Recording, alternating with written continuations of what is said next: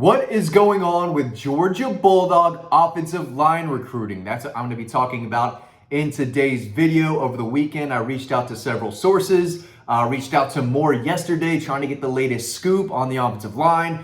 And it does appear that Georgia's trending in the right direction for some targets, others not so much. I'm going to talk about all that in today's video, but I think we have to start with David Sanders Jr., right? He's the #1 player in the country, according to the Georgia staff. They love him. They've been in the mix the entire time. He's coming off an official visit to Tennessee and reaching out to sources that are not in Athens, reaching out to sources in Knoxville and some in Columbus for the first time. The folks in Tennessee, while they feel comfortable, they feel that they're in a really good spot. They feel confident.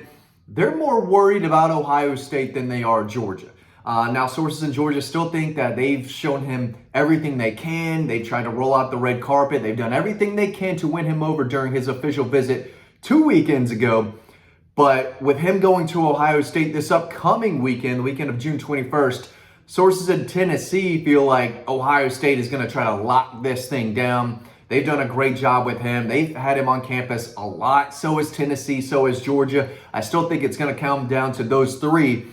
But sources in Ohio State feel like it's a Ohio State-Tennessee battle, and sources in Knoxville are saying the same thing. So when I reach out to people not connected to the Georgia program and in Athens, everyone's basically feeling like it's a Tennessee-Ohio State battle. Still not writing off Georgia just yet because they want him badly.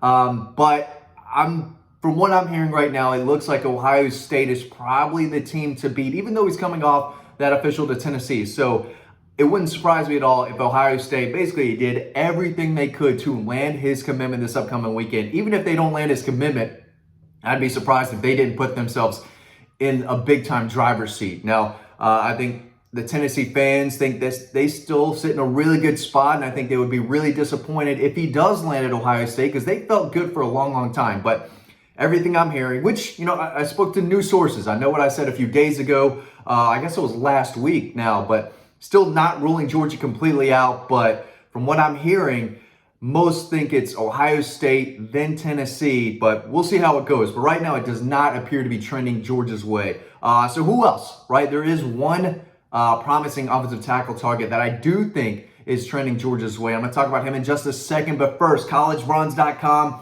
Football season's right around the corner. Get your Bulldog today. It's the #1 Bulldog statue on the market. You're not going to find anything better than this bad boy right here.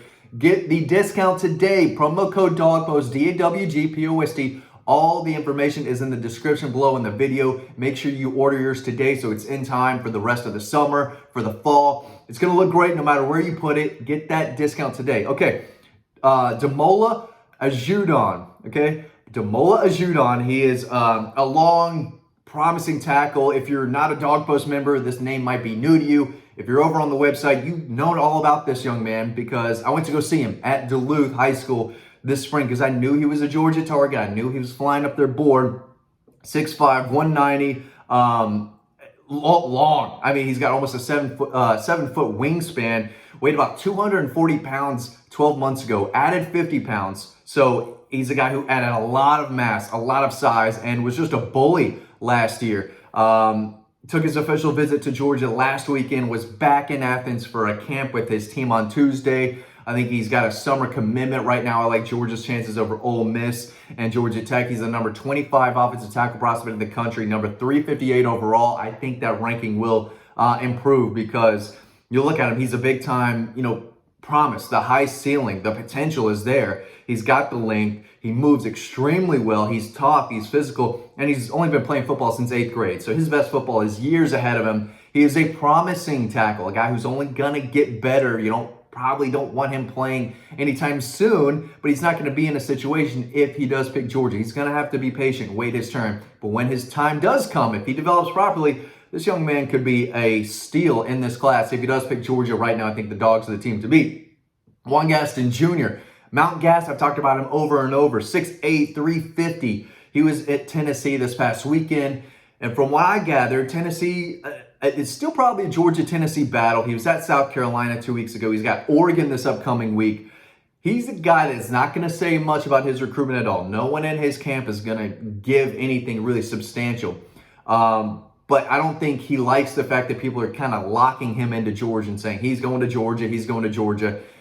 He's taking these visits for a reason, because his mind is not made up. It's not a slam dunk he's going to Georgia, although I felt for a while now that Georgia was the team to beat for him, and still is. I think they've done a great job recruiting him. He's number 13 interior offensive lineman, number 184, and he's been to Athens a lot, and he's a big target for Stacey Searles. I think the guy is a mauler in the run game and a really good pass protector if you put him at guard too. So he's big, he's physical, he moves extremely well. He's a basketball guy, so he's got the footwork. He's crazy athletic for 350 pounds. I like him more than the rest of the industry. I think Georgia's still the team to beat, but he does like Tennessee a lot. He's given Oregon a chance. South Carolina's doing everything they can to land him, but I still think Georgia's in a good spot.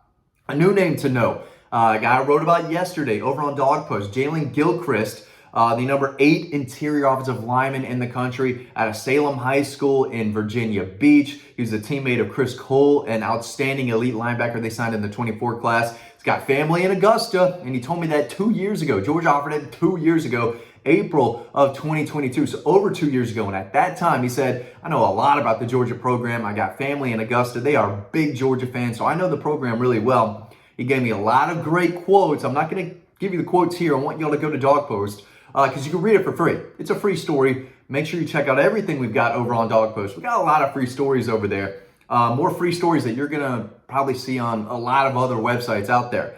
But he's a number 99 overall prospect. So you're talking about a top 100 kid, 6'4", 305, just a bully. You watch him at right tackle. He's just burying guys into the ground. Really good player. The film speaks for itself. We'll see if Georgia continues to push there, but it seems like they put themselves in a good position. He wants to make a commitment towards the end of July. We'll see how things shape up there, but really good player to keep an eye on. Danto Glover, another interior offensive lineman, played some tackle for Langston Hughes. I think he'll slide inside, play guard or center if he does choose the Dogs. He took an official visit to Georgia, I guess, a couple weeks ago. It's pretty fresh. He's got Florida State this upcoming weekend, and he plans to make a decision on July 1st. He's the number 22 interior offensive lineman, number 303 overall. A guy with a strong base, a lot of lower body strength. He's wide, another big-time prospect in the run game. But he was an outstanding pass protector for Aaron Nolan, who's now a quarterback at Ohio State, was at Langston Hughes for one of the best offenses I've ever seen in Georgia high school football history. And he was a sophomore at tackle, just throwing dudes to the ground consistently, making things easy for that Langston Hughes offense and Aaron Nolan to sit back there, scan the field, take his time, and deliver balls just down the field vertically on a weekly basis. Danto Glover, former Alabama commitment, opened things up, and I think Georgia is pushing hard for his commitment, but big, broad shoulders. He's not the biggest guy, 6'3", 310. Georgia's obviously brought in guys much bigger than that, but it's crazy to say, right? 6'3", 310, you're almost undersized in a way, but he brings a lot of muscle, plays with balance, he plays with authority, plays with good leverage, and opens up a lot of holes in the run game. So definitely an in-state guy to know from the Atlanta area to keep an eye on.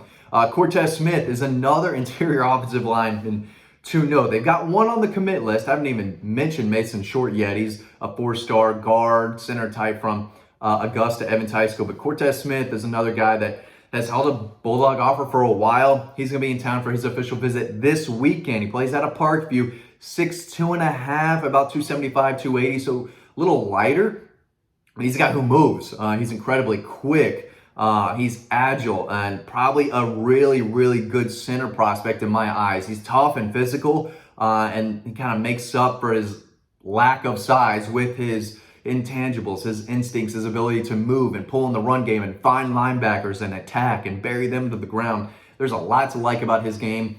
He's been linked with Georgia for a long time now, but he's taken a lot of visits. Smart kid, great kid to talk to, has a great head on his shoulders, smart young man, so he's going to make the best decision for him. But Georgia's very much in the mix. We'll see if they push for a commitment. He plans on making a decision in late July.